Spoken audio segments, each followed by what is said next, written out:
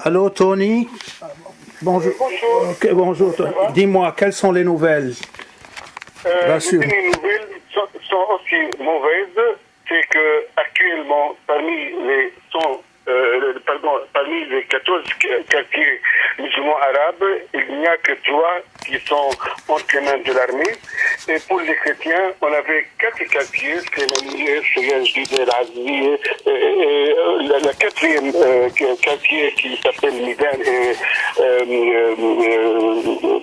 qui ont moitié armée et moitié entre les mains des rebelles.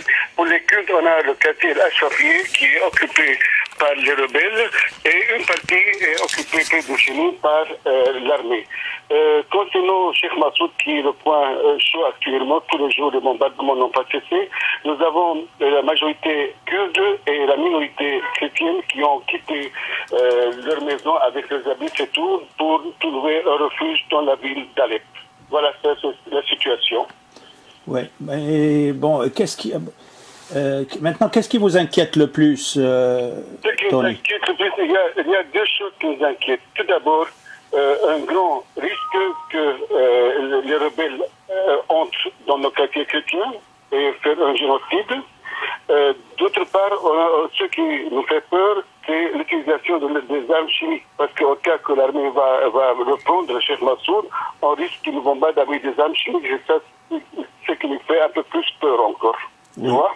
Oui, je comprends. Est-ce qu'on vous a donné des conseils, des consignes en cas d'attaque chimique? Est-ce que vous savez quoi faire? Même l'armée n'a pas pu avoir tout cela. C'est toujours en contre-providence parce qu'on est coupé du monde. Oui. On doit mettre des petits mouchoirs sur la bouche, un peu un peu d'eau, c'est tout, des choses très primitives. Oui. On n'a rien donné. Oui, oui.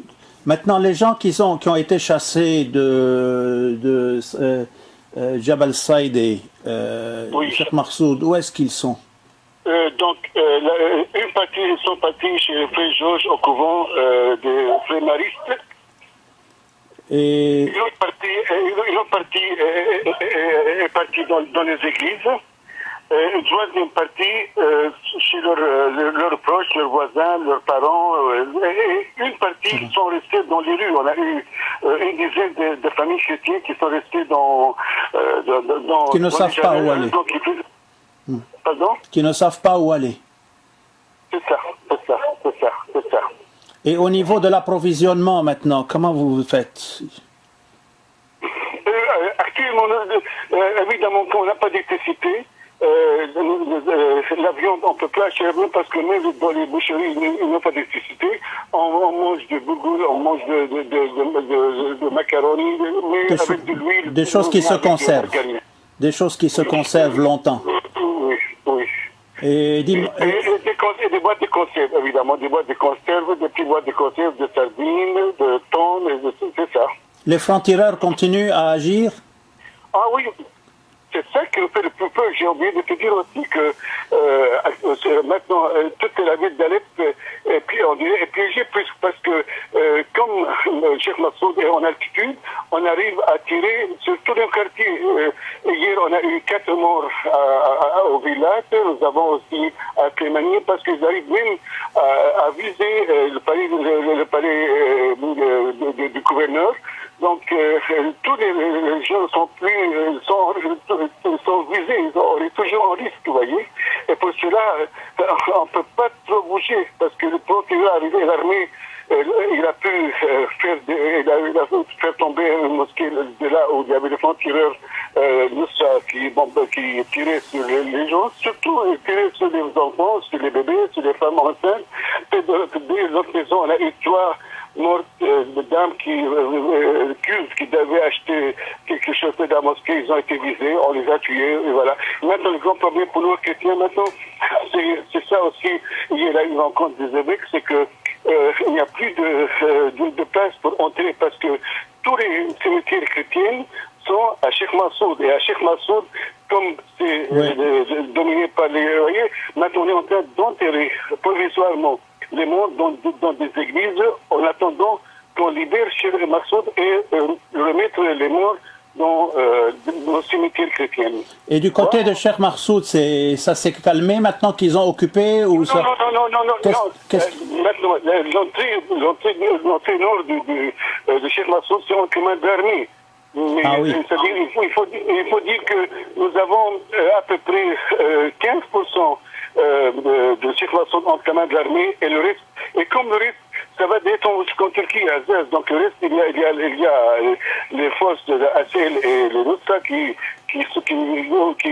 y a des soldats qui arrivent tout le temps, vous voyez. Mais il y a une bataille continue alors. Il y a une bataille sur Cheikh Marsoud. Il y a toujours une bataille. Il y a parce que c'est décisif pour l'armée. Au cas que Cheikh Marsoud tombe, toute la ville est tombée et il faut dire que même la ville va tomber. Parce que si Alep tombe, ça veut dire... Il faut dire maintenant, la ville d'Alep, après nous avons 20% entre les mains de l'armée et le reste c'est entre les mains des rebelles. Tu vois? C'est ça, c'est ça. Donc, est-ce qu'il y a encore possibilité de quitter la ville? C'est une chance parce que dernièrement, l'évêque chaldéen a risqué.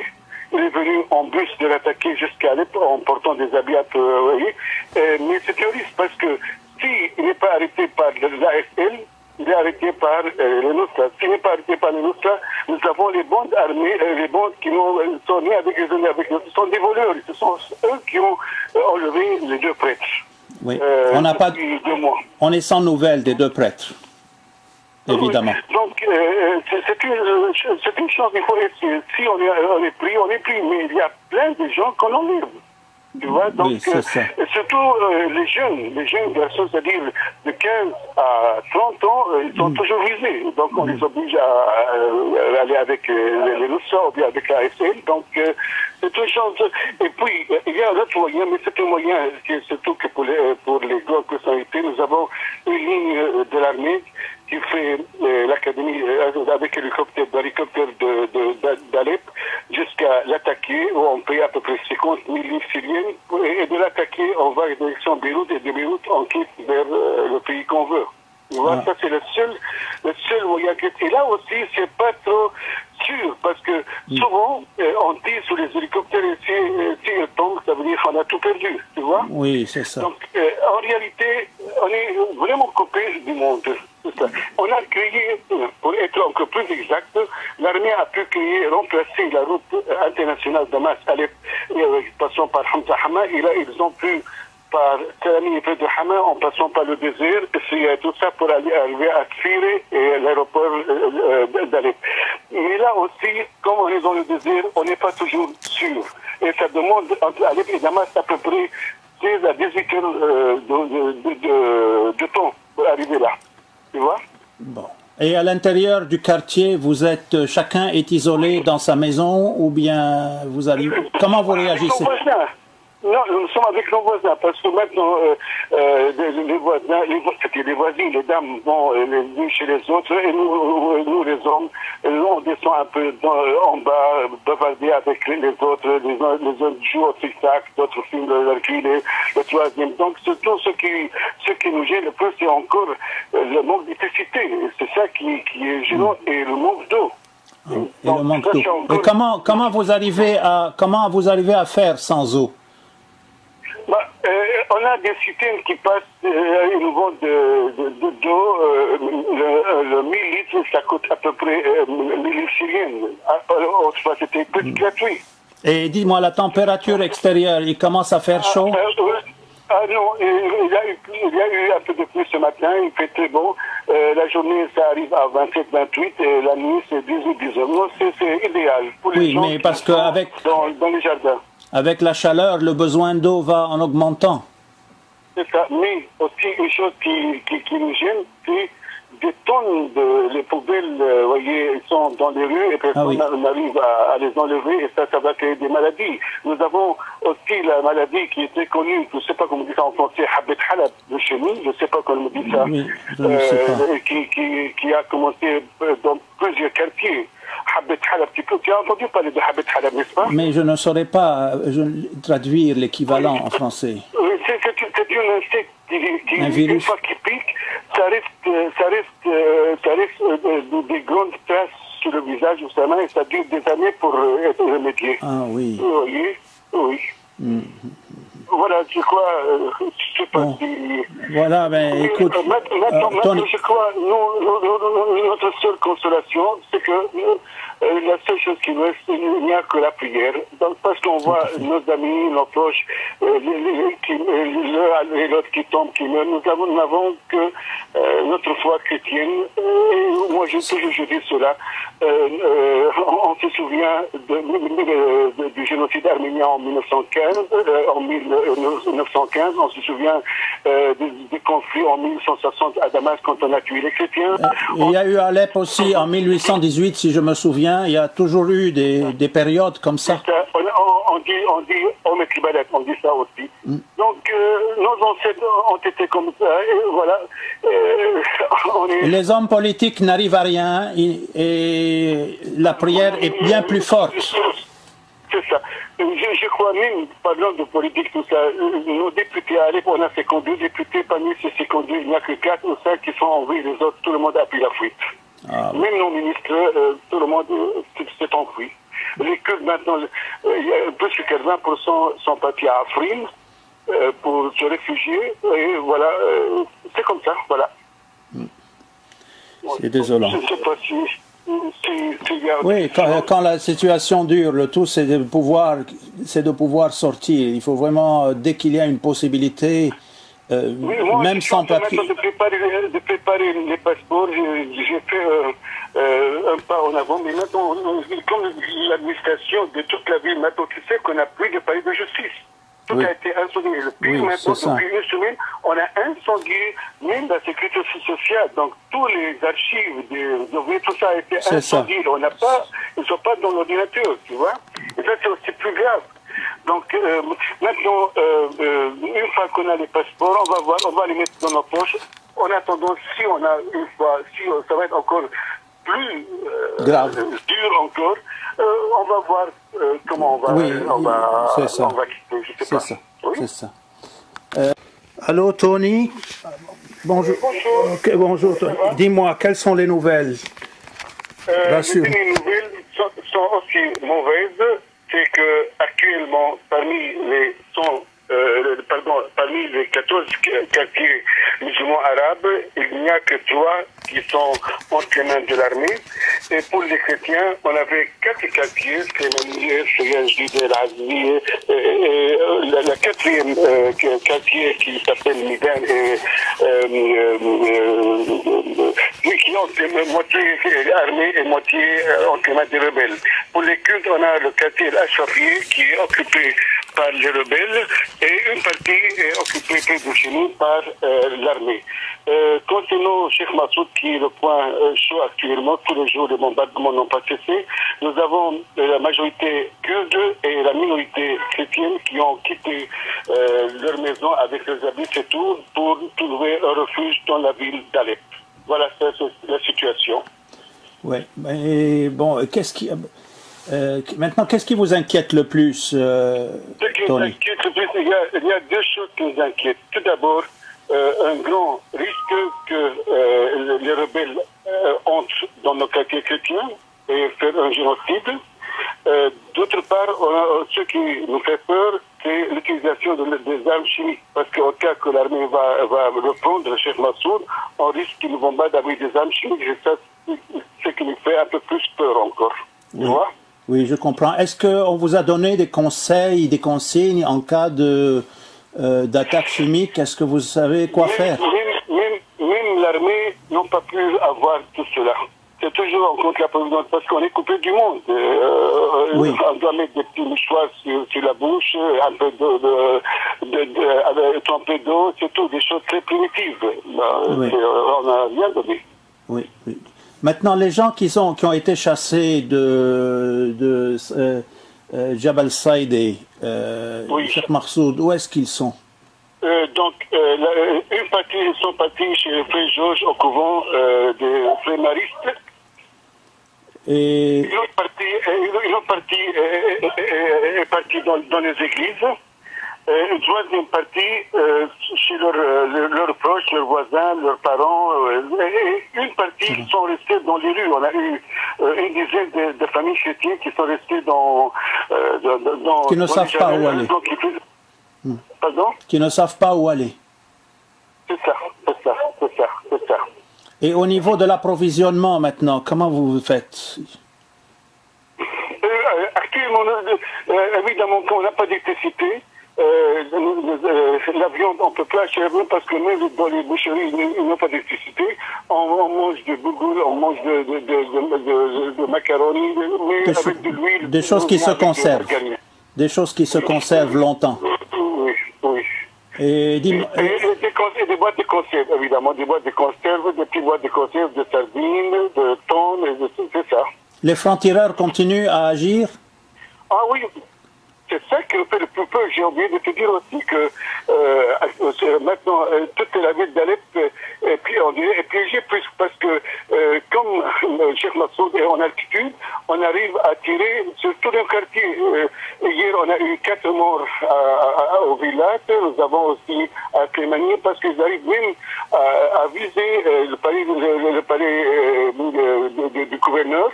Donc, tous les gens sont visés, on est toujours en risque, vous voyez. Et pour cela, on ne peut pas trop bouger, parce que le procureur arrivé, l'armée, il a pu faire tomber une mosquée de là où il y avait le franc-tireur qui tirait sur les gens, surtout il tirait sur les enfants, sur les bébés, sur les femmes enceintes. Et de l'autre maison, on a eu 3 mortes de dames qui devaient acheter quelque chose de la mosquée, ils ont été visés, on les a tués, et voilà. Maintenant, le grand problème pour nous chrétiens, maintenant, c'est ça aussi, il y a une rencontre des évêques, c'est que il n'y a plus de place pour entrer, parce que tous les cimetières chrétiens sont à Cheikh Massoud, et à Cheikh Massoud, comme c'est dominé par les royers, maintenant on est en train d'enterrer provisoirement les morts dans des églises en attendant qu'on libère Cheikh Massoud et remettre les morts dans nos cimetières chrétiens. Et du côté de Cheikh Massoud, ça s'est calmé maintenant qu'ils ont occupé ou non, ça... Maintenant, l'entrée nord de Cheikh Massoud, c'est entre les mains de l'armée. C'est-à-dire, il faut dire que nous avons à peu près 15% de Cheikh Massoud entre les mains de l'armée et le reste. Et comme le reste, ça va descendre jusqu'en Turquie, à Zez. Donc le reste, il y a les forces de la ACL et les Nusra il y a des soldats qui arrivent tout le temps, vous voyez. Mais il y a une bataille continue, alors. Il y a une bataille sur Cheikh Massoud. Il y a toujours une bataille. Il y a parce que c'est décisif pour l'armée. Au cas que Cheikh Massoud tombe, toute la ville d'Alep est tombée et il faut dire que même la ville va tomber. Parce que si Alep tombe, ça veut dire... Il faut dire maintenant, la ville d'Alep, après nous avons 20% entre les mains de l'armée et le reste c'est entre les mains des rebelles. Tu vois? C'est ça. Donc, est-ce qu'il y a encore possibilité de quitter la ville? C'est une chance parce que dernièrement, l'évêque chaldéen a risqué. Il est venu en bus de l'attaquer jusqu'à Alep en portant des habits à mais c'est un risque parce que s'il n'est pas arrêté par l'AFL, il est arrêté par les Nusra. S'il n'est pas arrêté par les Nusra, nous avons les bandes armées, les bandes qui sont nées avec les nous. Ce sont des voleurs. Ce sont eux qui ont enlevé les 2 prêtres. Oui. On est sans nouvelles des 2 prêtres. Évidemment. Donc, c'est une chose, il faut essayer. Si on est pris, mais il y a plein de gens qu'on enlève. Tu vois, donc, surtout les jeunes garçons, c'est-à-dire de 15 à 30 ans, ils sont toujours visés. Donc, on les oblige à aller avec les Nusra ou bien avec la AFL. Donc, c'est une chose.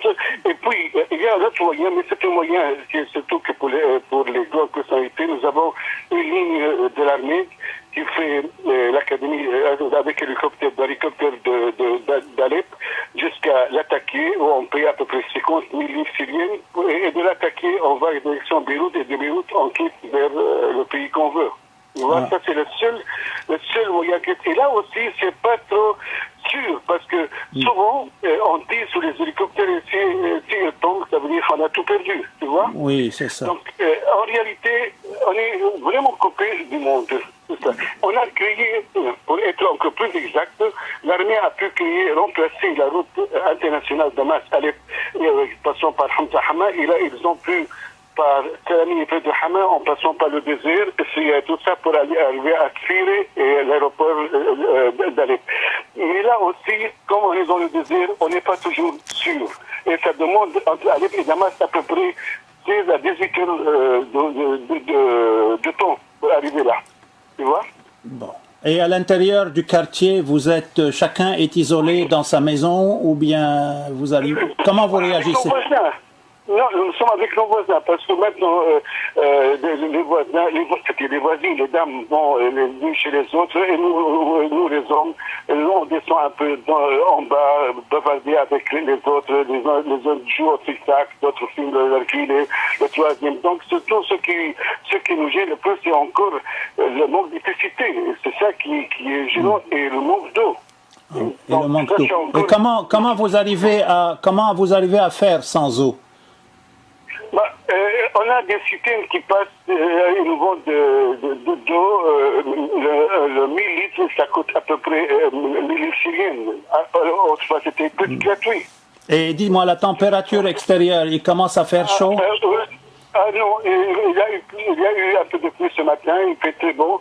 La journée, ça arrive à 27-28 et la nuit, c'est 18-19. C'est idéal pour les gens mais parce qui sont dans les jardins. Avec la chaleur, le besoin d'eau va en augmentant. C'est ça. Mais aussi, une chose qui nous gêne, c'est des tonnes les poubelles, vous voyez, elles sont dans les rues et personne n'arrive à les enlever et ça va créer des maladies. Nous avons aussi la maladie qui est très connue, je ne sais pas comment on dit ça en français, Habet Halab de chez nous, je ne sais pas comment on dit ça, oui, je ne sais pas. Qui a commencé dans plusieurs quartiers. Habet Halab, tu as entendu parler de Habet Halab, n'est-ce pas? Mais je ne saurais pas traduire l'équivalent en français. C'est une insecte qui une fois qu'il pique, ça reste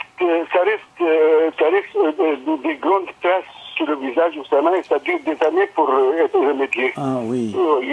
Oui. Voilà, je crois, je sais pas si... Voilà, ben écoute... Maintenant, je crois, notre seule consolation, c'est que la seule chose qui nous reste, il n'y a que la prière. Donc, parce qu'on voit nos amis, nos proches, l'un et l'autre qui tombent, qui meurent. Nous n'avons que notre foi chrétienne. Et moi, je dis cela. On se souvient du génocide arménien en 1915, on se souvient des conflits en 1960 à Damas quand on a tué les chrétiens. Il y a eu à Alep aussi en 1818, si je me souviens. Il y a toujours eu des périodes comme ça. On dit on dit ça aussi. Donc nos ancêtres ont été comme ça et voilà. Les hommes politiques n'arrivent à rien et la prière est bien plus forte. C'est ça. Je crois même, parlant de politique, tout ça, nos députés à Alep, on a 52 députés, parmi ces 52, il n'y a que 4 ou 5 qui sont envoyés, les autres, tout le monde a pris la fuite. Même nos ministres, tout le monde s'est enfui. Les Kurdes, maintenant, plus que 80% sont partis à Afrin pour se réfugier, et voilà, c'est comme ça, voilà. C'est désolant. Je ne sais pas